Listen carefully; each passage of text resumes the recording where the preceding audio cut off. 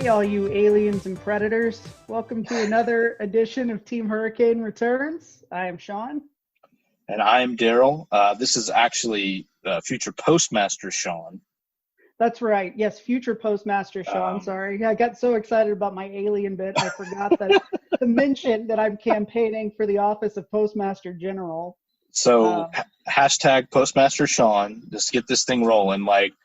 The guy that is there now, I'm just going to say it, the president made a mistake. It should have been Shaun. I know for a fact my name was on the lists that were getting passed around at the White House, and I think it was legitimately a mistake. For the life of me, I cannot understand how you were the front runner, man. That's the thing. I have actually some news about the Postmaster General that you may or may not know coming up later in a segment. Okay. About the top 3 post office facts. But we'll get to that a little bit later. Look forward to that. We have some pressing issues. Listenership, number one, first and foremost. Right. So let me get over here. Okay.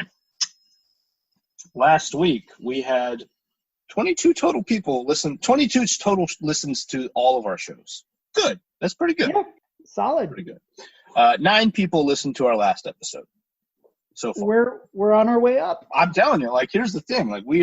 It's going up. That's what you want to see, that positive growth. Right. You want your listenership to metastasize, I feel like it could grow exponentially. Yes, there we go. Just like COVID-19 has grown exponentially. There we go. Everything is about COVID-19. So speaking of COVID-19, we had some people ask, I said, hey, what do you want us to talk about? And someone asked if they knew of any podcasts that were talking about COVID-19. So I told them no. I didn't know because I don't really listen to any. And we never talked about it. So that was the first mention of it. So welcome to our COVID-19 podcast. It's not like we've been talking about this in quarantine for the entire run of the show. So that was one thing someone asked about. I have got a couple of others here. And I think one in particular that we could talk on for a little bit. Okay. Dogs. I'm pro. Pro dog. Okay. You have a dog. I used to be anti-dog. And then I got a dog. And now I can't even watch a movie trailer about a movie about a dog without tearing up. Like that freaking Harrison Ford one? That one, not so much, because that was clearly a CGI dog. I'm pretty sure that was Andy Serkis. Probably was. That's what that guy does. Yeah, exactly. But if there's a real dog, usually, and the worst thing is that I know, most of them, a dog's purpose or whatever, are the worst, most manipulative crap. Yeah. And it's still But you're there opening day every time. Yeah. No, I'm there for preview night on Thursday night, the 7 p.m. show. I can't do midnight anymore because I'm almost 40. Yeah, who can do that? That's ridiculous. You're kidding. Yeah. That's a young man's game. Yeah. Midnight showings are a young man's game, and I am no longer a young man. The arthritis in my right knee tells me so. The gray in my beard. I am pro dog as well. I had dogs for a while. I don't anymore. But I have a cat now, which is the funny that you say you are anti-dog. I was anti-cat, and now I love that little fur ball. Yeah, I remember when we used to hang out with our friends Mary Beth and Jenny. They had cats, and you could just not come to those parties. I would die in a respiratory way. You would bring Benadryl with you, and usually you would have to leave within 15 minutes anyway. There was one party in particular that I literally was like, here's your present, and then ran out because speaking of, I remember one party in particular. I think it was when Mary Beth was living alone in that efficiency in Arlington, where you showed up with a jug of water. Radiator. And you said, this is my radiator. I had to fill it up when I left somewhere, put it in my car because I had a hole in my radiator and I couldn't afford to get it fixed right away. And like I did that for about a week until I could get it fixed. Like, and my dad and I took it out and we took it down and got patched. And then like it was fine, except every once in a while it would be like, nah, never mind, I'm not fine. And then it would just like drain the whole thing. And then I'd fill it back up, and then it would be fine for a little while, and just be like, nah, I'm good. I don't want to do this anymore. It had some real issues with doing its job. But and I get it. But back to the topic of dogs and cats. How do you survive this cat? Allergy medicine, lots of it. So just constantly. Yeah, I take allergy medicine all the time, multiple times a day. Yeah. Does that? I mean, I know when I get like a sinus infection and I start popping Zyrtec, the kind you have to show your driver's license to buy because it's basically meth, I can't think straight. So how would you describe your thought process? That's fine. I'm growing food. I'm putting Raspberry Pis in my garage like some sort of bootleg Tony Stark. And I thought you meant actual pies, not like the little I wish. It's both, actually. It is Raspberry Pis next to Raspberry Pi. I use the Raspberry Pi to help me make Raspberry Pis automated. It's a business model I'm working on. It's called Papa D's Pies. It's a terrible name. D's Pies. Yeah. Papa D's Pie. And it's like a play on words, right? Because you're supposed to pop the pie. They're little pies. You're supposed to pop the pies in your mouth. What are you building Raspberry Pis for?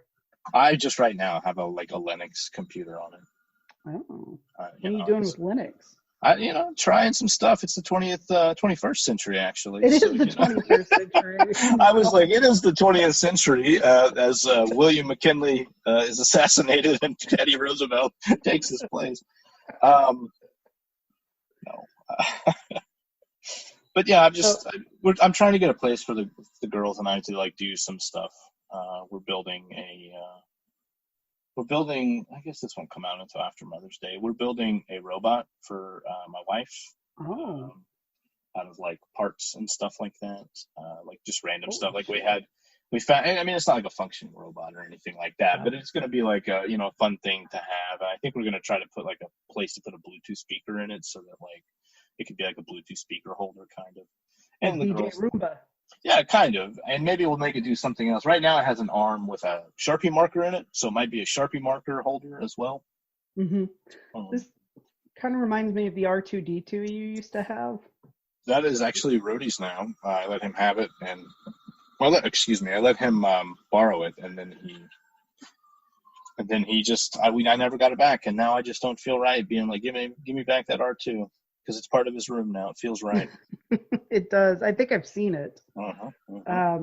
But that thing would it would move from room to room. You could ask it questions. It would you could do a trivia game with it. It had you could tell it do you remember Darth Vader? And it would be like, oh. Yeah, I remember. He would move backwards. Only thing it couldn't do is bring you a soda or something. Actually, it had a little claw inside. That popped out and you could put a beer in it. So in theory, someone would have to put the beer in it, but then it would. But they could stay in the kitchen and if they're already R2, come here, and he would be but he probably, here's my thing, he wasn't very good. He was pretty bad. This was in I got this thing in 2000, the early 2000s or the late 2000s. And it was cool, don't get me wrong. It was really cool, but it wasn't the BB-8 robot that came out when The Force Awakens comes out, it came out. Right. That was that had Bluetooth commands and stuff. Yeah, that was a cool little droid. So yeah. If you could trade your cat for a working BB-8, would you? Yeah, in a heartbeat. Sorry, I like Kylo. That's the name of our cat, Kylo. But I like Kylo. But give me a working BB-8. Kidding me? And I'm talking real full featured, not just a toy. Right. No. I wouldn't trade him for a toy. I would trade him for the real BB-8. Right. That BB-8 looks like the best little pet to have. It can open doors for you. It can hijack ships. Lighter? Yeah, it has a lighter that gives you a little thumbs up. I need that kind of positive reinforcement in my day, right? Yeah. I'd be like, BB-8, what's up, man? And he'd be like, and put his little thumb up, and I'd be like, thanks, man. I appreciate that. Okay, but what if the person who made you this deal came to you and was you can have this BB-8, but I want your cat. But in the interest of full disclosure, I am going to brutally, murder this cat and then eat it and put it up on YouTube. Great. Oh, wow. Like that, I think the YouTube might have been the nail on the coffin. And he would fully attribute it to me. Like, this is this guy's cat. He traded it for a BB-8. Shame him. Shame him. It's going to be like the Game of Thrones. Shame. Right. Okay, so you wouldn't do it unless you knew that the person was going to take good care of the cat. Yeah, I don't want anyone to have malicious intentions towards my cat. Man, I like that guy. Well, this person would have to, for some reason, have a real vendetta against either you or the cat, and think that they've got the perfect plan to put you in a corner where you can't get out. I got this. They go to a BB-8. And who could? I'm going to be honest. Who could? I want to go to Disney World and make my own little BB-8 in the Droid Factory. Yeah, we were supposed to go there this summer, and then something happened. I don't really know what happened, but that which will not be named on this podcast, that was bored of that. You were a big dog person. Oh, sorry, go ahead. I was a big dog person. I was going to say someone else asked us something, and I want to get to everything. Okay. I love dogs. I love my dog. Go to my Instagram. You'll see pictures of him. He's a beautiful dog. He's got really great eyes. He is a gorgeous dog. He has literally stopped traffic. Like, people would stop their cars to ask me what kind of dog he is. And you're like a hot piece of shit. That's what, not like bad. Yeah, like, he's a hot shit. That's what I meant. Yeah, he's hot shit. All right. Move on. Okay, so our friend Sergio says, how much is too much? You could discuss various topics like watching episodes of Community in a day, or only fan subscriptions, or action figures collections. It's nice to see him in the 21st century as well. Yes, all about that OnlyFans. Oh, he is. It is a big topic of jokes for him. I think that I don't know. I watch like fucking 4 episodes of Clone Wars a day sometimes. Like, I get it. It's cool. It's all good. But how much is too much, right? Collections. Well, okay. So this last weekend, I made good on my threat of watching basically all the Alien movies. You did, and let me just tell everyone, if you haven't seen this dude's Twitter about that, you need to pause this podcast because you can come back to it. It's true. Actually, you should watch the movies and reread his tweets at the same time. Right. But I was doing, on Saturday and Sunday, I did 3 Alien movies a day, both days.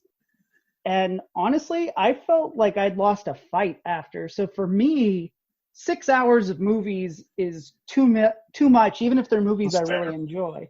But I feel like movies, in a lot of ways, are a bigger time investment or attention investment than television. Yeah, attention investment for sure. Because if it's Community, which I've watched all of like 3 or 4 times. Watch it all day. Exactly. I could just have it running in the background. I'm rewatching it right now, not right this second, but on my lunch breaks, at home. I'd be fucked up if you were doing it right now. Yeah, I've got it. I've got season 2 on my phone. And you're like, yeah, cool. Yeah. No such thing as too much. What? It's interesting. I read something in this book about 10 years ago. It was a book called Reality is Broken. And it was basically about how we need to make life more like video games, because video games have this amazing workflow. Because that's what video games are, is they're voluntary work that we do, solving problems. And one of the things it said is that the things that we look forward to, the things that bring us the most pleasure, if we do those long enough, they don't make us happy. So like spending a lot of money, or eating a lot of candy, or watching a lot of TV, like most people feel kind of after a certain point. Yeah. And everybody's is a little bit different. Like Becca